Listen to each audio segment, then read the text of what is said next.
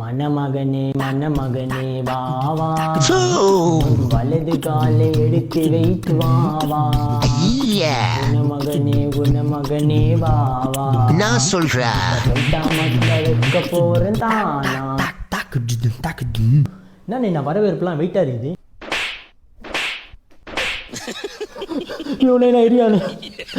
எதுக்கு நான் என்னை படிக்கிறா?